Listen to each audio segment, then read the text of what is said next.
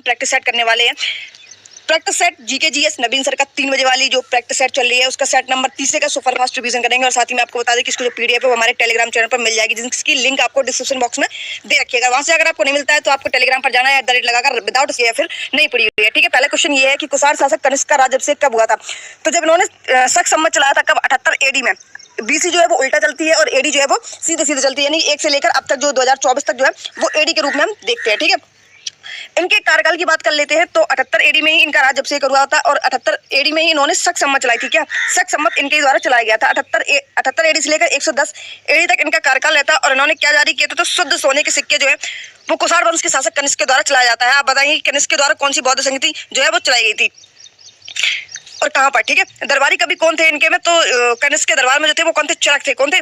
चरक थे। ठीक है, विक्रम संवत की बात कर लेते हैं। विक्रम संवत कब चलाया गया था? तो 57 बीसी में, बिफोर क्राइस्ट, यानी कि उल्टा चलता है। ठीक है, 57 बीसी में चलाया गया था, यानी कि एडी शक संवत और विक्रम संवत के बीच जो डिस्टेंस है वो कितने का है? 135 ईयर का डिस्टेंस जो है वो हो जाता है। ठीक है, गुप्त संवत की बात कर लेते हैं तो गुप्त संवत कब चलाया गया था? ये याद रखेंगे कि इन दोनों के बीच जो अंतर है वो 135 साल का है। गुप्त संवत की बात कर लेते हैं, ये 319 एडी में चलाया गया था। कब? 319 एडी में। ठीक है, नागार्जुन की बात कर लेते हैं तो नागार्जुन भी इनके दरबार में ही थे। किसके? कनिष्क के दरबार में। इनकी एक बुक है प्रज्ञा पर मिता सूत्र। ठीक है, और इन्हें क्या कहते हैं नागार्जुन को? तो नागार्जुन को भारत का आइंस्टीन कहा जाता है। क्या भारत का आइंस्टीन कहा जाता है? वसुमित्र और अश्व घोष भी इनके दरबार में रहते थे। ठीक है, बौद्ध धर्म की महायान शाखा से ही जुड़े हुए हैं। कनिष्क जो है वो बौद्ध धर्म की कौन सी शाखा से जुड़े हुए हैं? तो महायान शाखा से ही जुड़े हुए हैं। बौद्ध धर्म की 2 शाखाएं थी, एक हीनयान थी, दूसरी महायान थी। ठीक है, जैन धर्म तो श्वेतांबर और दिगंबर से थे। इसके अलावा और कौन से हैं?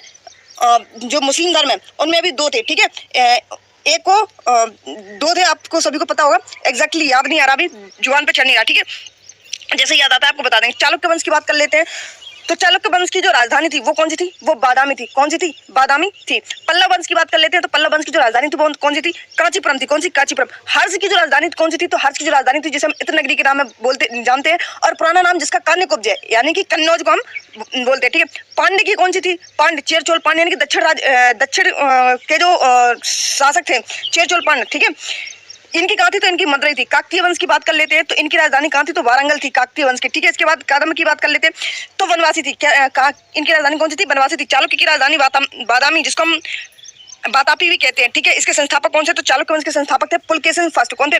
पुलकेशिन फर्स्ट जो है इनके संस्थापक थे। महाराज राज की उपाधि किसने धारण की थी? तो महाराज राज की जो उपाधि है वो चंद्रगुप्त ने की थी। किसने? चंद्रगुप्त ने, जो कि गुप्त वंश के संस्थापक थे।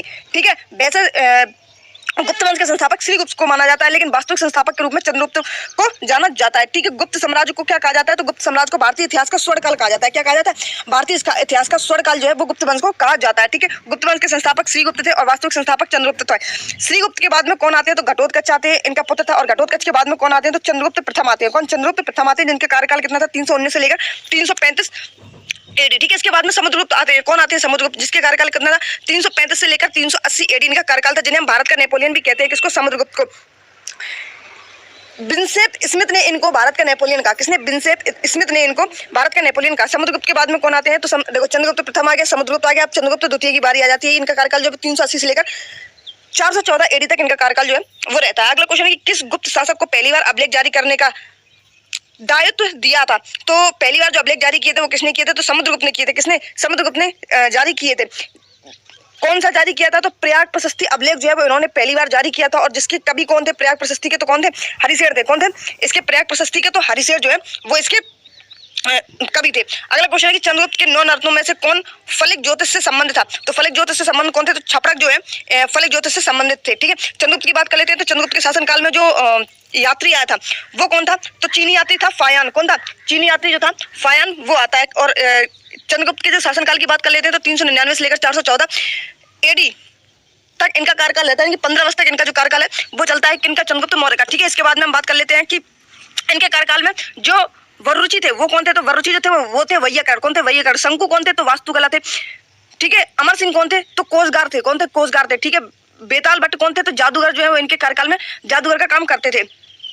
घटकपरी की बात कर लेते हैं तो कूटनीति जो है घटकपरी इस कूटनीति के थे। ठीक है, इसके अलावा हम बात कर लेते हैं कि धनवंतरी कौन थे? तो धनवंतरी से डॉक्टर कौन थे? डॉक्टर थे। ब्राह्मणी की बात कर लेते हैं तो ब्राह्मण कौन थे? इनके कार्यकाल में खगोल का काम करते थे। ठीक है, कालिदास कौन थे? तो कालिदास इनके कार्यकाल में लेखक के काम में करते थे। कौन सा आर्ट अल्पसंख्यकों वर्ग के हितों का संरक्षण से संबंधित है? तो अल्पसंख्यकों का हितों का संरक्षण। इसका मतलब क्या होता है कि मान लो कोई भी गरीब पर्सन है और उसको मतलब कानूनी सहायता की जरूरत है और वो प्राइवेटाइजेशन से नहीं कर पा रहा है, तो वो किस में जाएगा, आर्टिकल 29 में जो है अल्पसंख्यकों के हितों के लिए आर्टिकल 9 होता है। अस्पृश्यता की बात कर लेते हैं तो 17 में और 18 में क्या है, तो उपाधियों का 19 में क्या है, तो बहुत संघ आवागमन बस व्यापार, ठीक है, कहीं भी बसने की, कहीं भी आने जाने की और व्यापार करने की, ठीक है, और कहीं भी संघ बनाने की, बोलने की जो इतनी शक्तियां हैं वो किसमें है, 19 में, ठीक है। मौलिक अधिकारों के मौलिक अधिकार कहाँ से लिए गए हैं, तो मौलिक अधिकार जो है यूएसएस के संविधान से लिए गए हैं, और जो मौलिक कर्तव्य हैं वो यूएसएसआर यानी कि रशिया से लिए गए, ठीक है। राज्य के नीति निर्देशक तत्व डीपीएसपी कहाँ से लिए गए हैं, तो ये आयरलैंड के संविधान से लिए गए हैं। कहाँ के, आयरलैंड के संविधान से ये लिए गए हैं, जिसके जो आर्टिकल है वो कितना है, तो 36 से लेकर 51 तक, 36 से लेकर 51 तक इनका कार्यकाल है। आरटीआई की बात कर लेते हैं तो 12 अक्टूबर 2005 में इसका जो आरटीआई है ये आता है, ठीक है, जिसका मतलब है सूचना का अधिकार। क्या है, सूचना का अधिकार जिसका मतलब होता है। आर्टिकल किस में आता है, ये आरटीआई जो है वो आर्टिकल 19 के 1 में आता है। आरटीआई की बात कर लेते हैं, राइट टू इन्फॉर्मेशन हो गया और राइट टू एजुकेशन, ठीक है। आरटीआई का मतलब है राइट टू इन्फॉर्मेशन, ये 2005 में आता है, ठीक है, और राइट टू एजुकेशन कब आता है, तो ये 2009 में आता है और 2010 में ये जो है लागू कर दिया जाता है। इसके अलावा राइट टू एजुकेशन जो है वो किस कॉन्स्टिट्यूशन अमेंडमेंट एक्ट के द्वारा होता है, तो ये होता है 86वां कॉन्स्टिट्यूशन अमेंडमेंट एक्ट 2002 में ये है जो जोड़ा जाता है, ठीक है।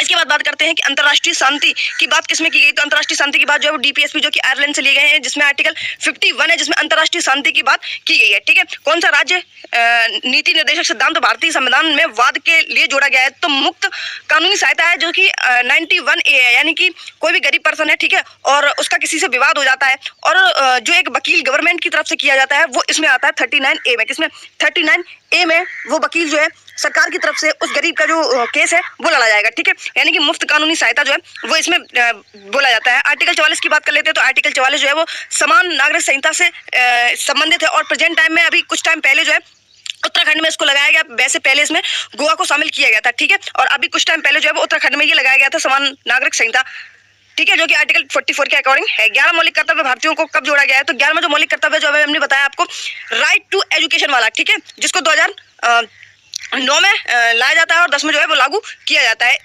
ये कब जोड़ा जाता है, 11वां मौलिक कर्तव्य, तो 86वां कॉन्स्टिट्यूशन अमेंडमेंट एक्ट 2002 के द्वारा इसको जोड़ा जाता है। 11वें मौलिक कर्तव्य, कौन मौलिक कर्तव्य हमने कहा से बताया कि यूएसएसआर के संविधान से ही लिए गए हैं, ठीक है, जिसमें क्या बोला गया कि 6 से 14 वर्ष के बच्चों को निःशुल्क शिक्षा प्रदान की जाएगी। कब, 6 से 14 वर्ष के बच्चों को निःशुल्क शिक्षा प्रदान की जाएगी। लेकिन आर्टिकल 45 क्या कहता है कि 0 से 6 वर्ष के बच्चों की शिक्षा के लिए पेरेंट्स का जो अधिकार बनता है कि 0 से 6 वर्ष के बच्चे जो है उनको शिक्षा का अधिकार जो है वो आर्टिकल 45 में बोला गया है, ठीक है।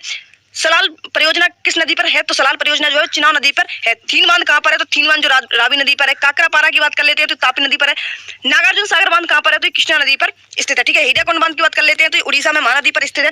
टिहरी बांध की बात कर लेते हैं तो उत्तराखंड में भागीरथी नदी पर है, ठीक है।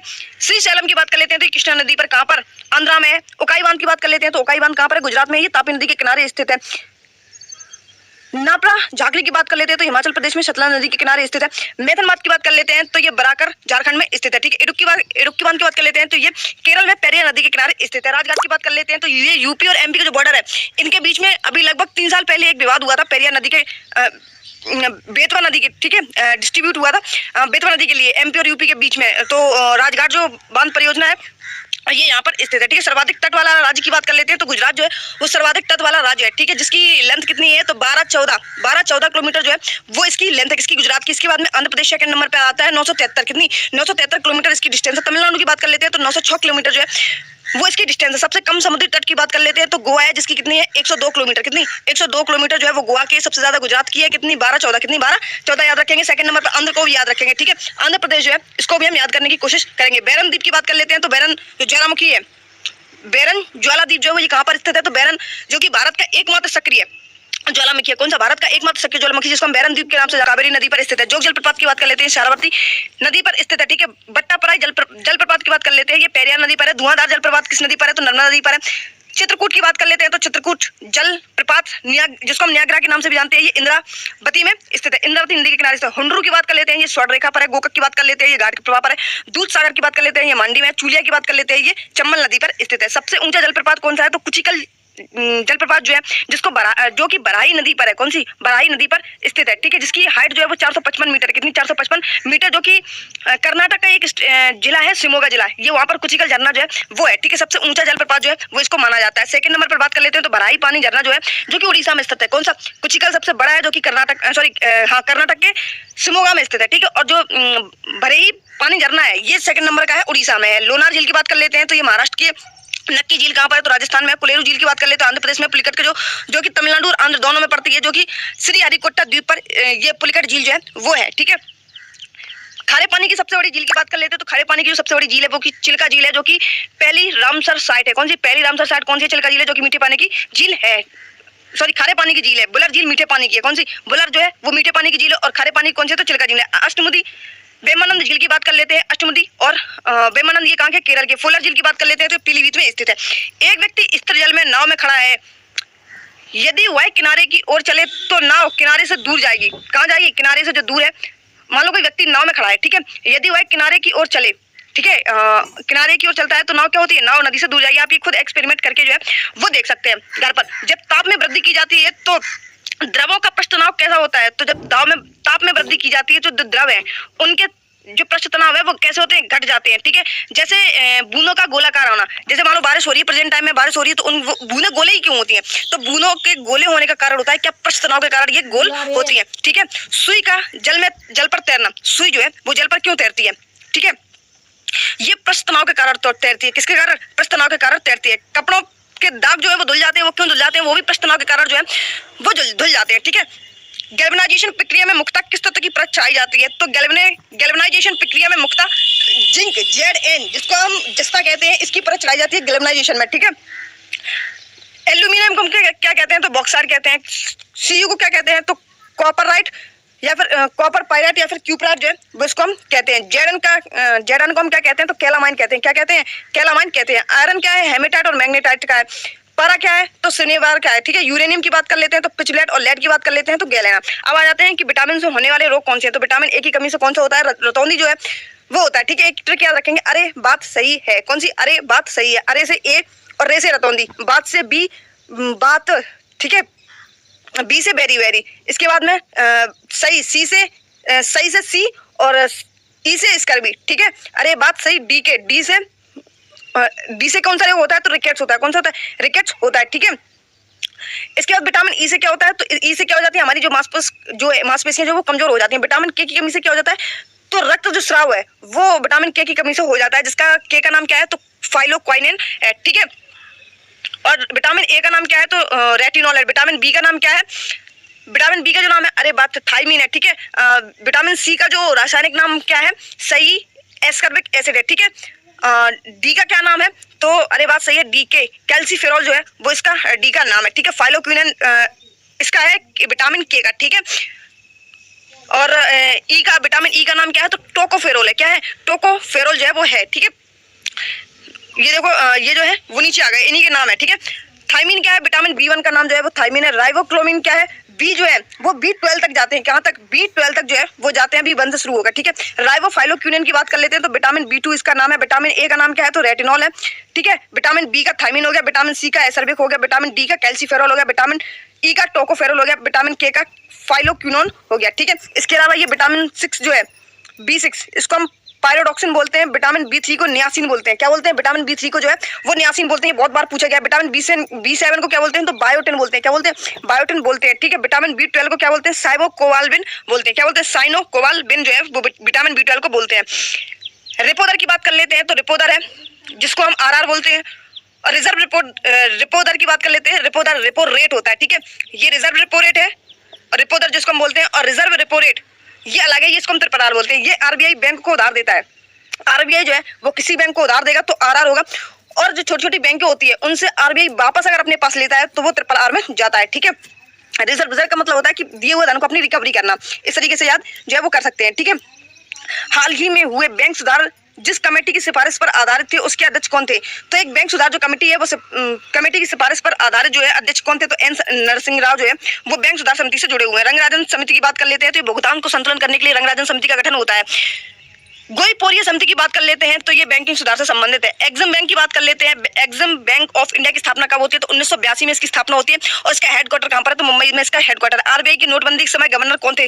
तो जब नोटबंदी हुई उस टाइम जो है गवर्नर कौन थे? तो उर्जित पटेल थे। कौन थे? उर्जित पटेल थे। ठीक है, 1969 में क्या होता है? तो 1969 में जो है एल के झा उस टाइम गवर्नर थे। तो 14 बैंकों का जो राष्ट्रीयकरण है वो 1969 में एल के झा गवर्नर थे। ठीक है, कौन थे? एल के झा जो है वो गवर्नर थे 14 बैंकों के राष्ट्रीयकरण के समय में। और जब 14 बैंकों का राष्ट्रीयकरण कब होता है? तो 1969 में होता है। ठीक है, भारत के वर्तमान में सबसे बड़ा राष्ट्रीयकृत वाणिज्यिक बैंक है जिसकी स्थापना कब होती है?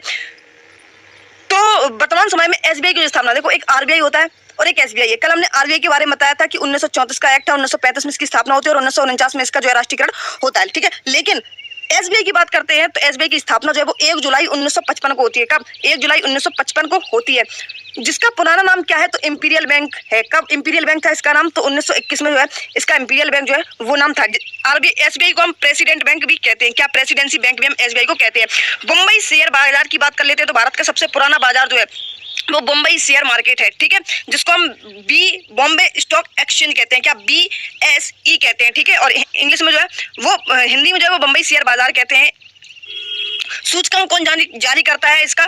तो सेंसेक्स है जो इसके सूचकांक को जारी करता है, जो कि सबसे पुराना शेयर बाजार है जिसकी शुरुआत 1875 में होती है। ठीक है, कब होती है? 1875 में इसकी शुरुआत होती है। नेशनल स्टॉक एक्सचेंज की बात कर लेते हैं तो 1992 में नेशनल स्टॉक एक्सचेंज की होती है और बॉम्बे स्टॉक एक्सचेंज की 1875 में। 1875 BSE और NSE 1992 में। ठीक है, दादा साहेब फाल्के पुरस्कार अवार्ड जीतने वाले पहले भारतीय कौन थे? तो देविका रानी जो है ये जीतने वाले पहले भारतीय हैं। और पहले पुरुष की बात कर लेते हैं तो वीरेंद्र नाथ सरकार जो है ये पहले पुरुष हैं। और 2023 में किसे दिया गया है दादा साहेब फाल्के अवार्ड? तो वाहिदा रहमान को दिया गया है। किसको? वाहिदा रहमान को 2023 का दादा साहेब फाल्के अवार्ड जो है वो दिया गया है। भारत का पहला बायोस्फीयर रिजर्व जिसको हम नीलगिरी बायोस्फीयर में तमिलनाडु में होती है। जैव आरक्षित क्षेत्र की बात कर लेते हैं तो जैव आरक्षित क्षेत्र जो है उनकी कुल संख्या कितनी है? तो कुल संख्या कितनी है? 18 है। जैव आरक्षित क्षेत्र की सबसे बड़ा बायोस्फीयर रिजर्व कौन सा है? तो कच्छ का रण है जो कि जंगली गद्दी के लिए फेमस है। कौन सा? कच्छ का रण जो कि गुजरात में स्थित है। ठीक है, शेषाचलम की बात कर लेते हैं आंध्र प्रदेश में है। पंचमढ़ी की बात कर लेते हैं एमपी में। डिब्रू साइकोवा की बात कर लेते हैं ये असम में है। कहाँ पर? असम में है। सामाजिक नेटवर्किंग साइट की बात कर लेते हैं। देखो व्हाट्सएप अभी कुछ टाइम पहले जो है ये जो अभी संडे निकल गया इसमें पूछा गया था किसमें कि व्हाट्सएप की शुरुआत कब होती है? तो 2009 में होती है। ठीक है, इंस्टाग्राम की शुरुआत 2010 में होती है और स्नैपचैट की जो शुरुआत है वो 2011 में होती है। यूट्यूब की शुरुआत कब होती है? 2005 में। यूट्यूब 2005 में आता है, व्हाट्सएप 2009 में आता है। ठीक है, इसके अलावा इंस्टाग्राम 2010 में आता है और स्नैपचैट 2011 में आता है। ठीक है, पिंटरेस्ट की बात कर लेते हैं ये 2010 में था लेकिन आजकल बहुत चर्चा में चलता है। ठीक है, पिंटरेस्ट जो है वो। कू की बात कर लेते हैं, कू जो कि इंडिया का ट्विटर है। ठीक है, एक है एलन मस्क का ट्विटर है जिसका नाम है एक्स। ठीक है, फेसबुक का नाम जो है वो मेटा रख दिया गया है चेंज करके। कू जो है वो 2020 में आता। ट्विटर कब आता है? ट्विटर, ठीक है, जिसका प्रेजेंट में नाम क्या है? एक्स है। ठीक है, इसको कब शुरुआत की गई थी? तो 2006 में इसकी जो है वो शुरुआत की गई थी। लिंक्डइन की बात कर लेते हैं तो लिंक्डइन जो है वो नौकरी से संबंधित है जिसकी शुरुआत 2003 में की गई थी। फेसबुक की बात कर लेते हैं तो फेसबुक जो है वो 2004 में आया था। कब आया था? 2004 में जो फेसबुक है वो आ जाता है। इसके आगे बात करते हैं कि किसने हिंद स्वराज बुक जो है वो लिखी है। तो हिंद स्वराज जो बुक है वो किसके द्वारा लिखी है? महात्मा गांधी के द्वारा लिखी गई है। इनके द्वारा इंडियन होम रूल जो है वो भी लिखी है। माई एक्सपेरिमेंट विद ट्रुथ जो कि गुजराती भाषा में उन्होंने लिखी है। माई एक्सपेरिमेंट विद ट्रुथ जो कि गुजराती भाषा में लिखी है। और इंडियन होम रूल किसके? महात्मा गांधी के द्वारा ही लिखी गई है। पंडित जवाहरलाल नेहरू ने कौन सी लिखी है? तो डिस्कवरी इंडिया जो है पंडित जवाहरलाल नेहरू के द्वारा लिखी गई है। सरोजनी नायडू ने कौन सी लिखी है? तो सरोजनी नायडू ने जो है वो गोल्डन थ्रेशोल्ड जो है पुस्तक जो है सरोजनी नायडू के द्वारा लिखी गई जो कि फर्स्ट गवर्नर ऑफ यूपी रह चुकी है। कौन सी? फर्स्ट गवर्नर ऑफ यूपी रह चुकी है। ठीक है, कौन? सरोजनी नायडू। ठीक है, इसके अलावा पहला क्रिकेट वर्ल्ड कप कब आयोजित किया गया था? तो पहला वर्ल्ड कप जो है वो 1975 में आयोजित किया गया था जिसमें वेस्ट इंडीज जो है वो विनर रहा था। सेकंड नंबर पर 1979 में। कब? 1979 में भी वेस्ट इंडीज विनर रहता है। फिर भारत की बात कर लेते हैं, भारत का विजेता रहा है तो 1983 और 2011 में। कब? 1983 और 2011 में जो है वो वर्ल्ड कप आयोजित रहा है। कौन? इंडिया। ठीक है, T20 स्टार्ट कब हुआ था? T20 जो है स्टार्ट कब हुआ था? 2007 में T20 स्टार्ट जो है वो हो जाता है। भारत कब जीता है? तो 2007 और 2024 में जो है भारत T20 मैच जो है वो जीता है। यूएसए के राष्ट्रीय खेल की बात कर लेते हैं तो यूएसए की जो राष्ट्रीय खेल है वो है बेसबॉल। क्या है? बेसबॉल है जिसमें कितने खिलाड़ी होते हैं? 9 खिलाड़ी होते हैं। बैडमिंटन कहाँ का है? तो मलेशिया और इंडोनेशिया का है। कहाँ पर? मलेशिया और इंडोनेशिया का है। टेबल टेनिस की बात कर लेते हैं ये चीन का है जिसमें 2 खिलाड़ी का होना इंपॉर्टेंट है। क्रिकेट की बात कर लेते हैं तो इंग्लैंड और ऑस्ट्रेलिया में होता है जिसमें 11 खिलाड़ी होते हैं। क्रिकेट हो, फुटबॉल हो और हॉकी हो, इसमें कितने खिलाड़ी होते हैं? तो 11 खिलाड़ी होते हैं। क्रिकेट कहाँ का है? ऑस्ट्रेलिया और इंग्लैंड का है। क्रिकेट की शुरुआत कहाँ से होती है? तो इंग्लैंड से होती है। कहाँ से? इंग्लैंड से इसकी शुरुआत होती है। बुजकाशी कहाँ की है? तो अफगानिस्तान का जो है बुजकाशी है जिसमें 9 प्लेयर होते हैं। ठीक है, सॉरी बुजकाशी में मुझे नहीं पता कितने खिलाड़ी होते हैं बट हाँ ये बुजकाशी जो है अफगानिस्तान में मनाया जाता है। ठीक है, बुजकाशी पहले नाम एक बार सुना है बस, इसके अलावा ये नया नाम अभी आया हुआ है। कबड्डी की बात कर लेते हैं तो 7 जो प्लेयर हैं वो कबड्डी में होते हैं और वाटर पोलो में भी जो है वो 7 खिलाड़ी होते हैं। पोलो में 4 होते हैं, वाटर पोलो में 7 होते हैं, कबड्डी में भी 7 होते हैं जो कि बांग्लादेश का है, ठीक है। नेट बॉल में भी 7 होते हैं, कितने, नेट बॉल में भी 7 प्लेयर होते हैं। बास्केटबॉल की बात कर लेते हैं तो इसमें भी 5 प्लेयर होते हैं। कुश्ती जो है वो कहाँ का है, वो ईरान का है, ठीक है। कुश्ती में सभी को पता है कि 2 प्लेयर होते हैं। वॉलीबॉल की बात कर लेते हैं तो वॉलीबॉल में कितने प्लेयर होते हैं, 6 प्लेयर होते हैं जो कि नेपाल और श्रीलंका का है, ठीक है। तीरंदाजी कहाँ का है तो भूटान का है, ठीक है। जूडो की बात कर लेते हैं, ये जापान का है, इसमें भी 2% की जरूरत होती है। लेकिन स्पेन जो है, स्पेन में होता है कौन सा, सांड युद्ध जो है। और भारत में भी एक मनाया जाता है जिसपे कुछ टाइम पहले प्रतिबंध लगाया गया था, लेकिन फिर से किया गया, कौन सा, कम्बाला। ये कहाँ होता है आप हमें कमेंट बॉक्स में प्लीज बता देना, ठीक है। विश्व हास्य दिवस की बात कर लेते हैं। विश्व हास्य दिवस जो है, जिस दिन हिंदी दिवस मनाया जाता है उसी दिन हास्य दिवस मनाया जाता है। जिस दिन विश्व हिंदी दिवस, देखो हिंदी दिवस जो है वो 14 सितंबर है और विश्व हिंदी दिवस जो है वो 10 जनवरी है, ठीक है। 10 जनवरी को ही विश्व हास्य दिवस के रूप में मनाया जाता है। पल्स पोलियो कब मनाया जाता है तो पल्स पोलियो जो 4 जनवरी को मनाया जाता है, ठीक है। थल सेना दिवस यानी कि आर्मी डे किस दिन मनाया जाता है, ये मनाया जाता है 15 जनवरी को। कब, 15 जनवरी को, ठीक है। एयरफोर्स की बात कर लेते हैं। एयरफोर्स में जितने अक्षर आते हैं, जितने अक्षर एयरफोर्स में आते हैं उतनी तो डेट हो गई, यानी कि 8 और कितने, अक्टूबर। कब, अक्टूबर में याद रखेंगे। नौसेना यानी कि नेवी, नेवी में कितने अक्षर आते हैं, 4 अक्षर आते हैं, 4 याद रखेंगे। और 4 क्या, दिसंबर, ठीक है। पराक्रम दिवस कब मनाया जाता है तो पराक्रम दिवस जो है वो 23 जनवरी को मनाया जाता है। कब, 23 जनवरी को। राष्ट्रीय बालिका दिवस की बात कर लेते हैं तो राष्ट्रीय बालिका दिवस कब मनाया जाता है, 24 जनवरी को मनाया जाता है। कालिंजर का किला कहाँ पर स्थित है तो जो कालिंजर का किला है ये कहाँ पर, बुंदेलखंड वाले एरिया में, यूपी में स्थित है, ठीक है। जिन्हें प्रेमियों का किला कहा जाता है, किसको, प्रेमियों का किला जो है वो कालिंजर का किला कहलाता है, ठीक है। चुनार किला कहाँ पर स्थित है तो ये मिर्जापुर में स्थित है। कहाँ पर, मिर्जापुर में ये स्थित है। जहांगीर किला की बात कर लेते हैं, ये आगरा में स्थित है। रामनगर किला की बात कर लेते हैं, वाराणसी में स्थित है। फतेहपुर सीकरी कहाँ पर है तो ये आगरा में है। जाजमऊ कहाँ पर है, कानपुर में है। आगरा फोर्ट की बात कर लेते हैं तो ये आगरा में स्थित है। इसके अलावा अगर आपको इसकी पीडीएफ चाहिए, ठीक है, बाकी हम तीनों की पीडीएफ जो है यूपीजी के, ये जीके जीएस की और प्लस हिंदी की, तीनों की जो पीडीएफ है वो हम आपको अपने टेलीग्राम चैनल पर प्रोवाइड कराते हैं। तो प्लीज सब्सक्राइब कर लेना अगर चैनल को लगता है। अगर देखो यूपीपी के बाद में हम इसमें आरपीएफ की सीरीज जो है चलाएंगे, बहुत बेहतरीन कंटेंट बताएंगे आपको, ठीक है।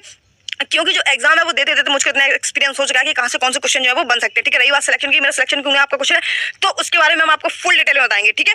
जब सिलेक्शन हो जाएगा उसके बाद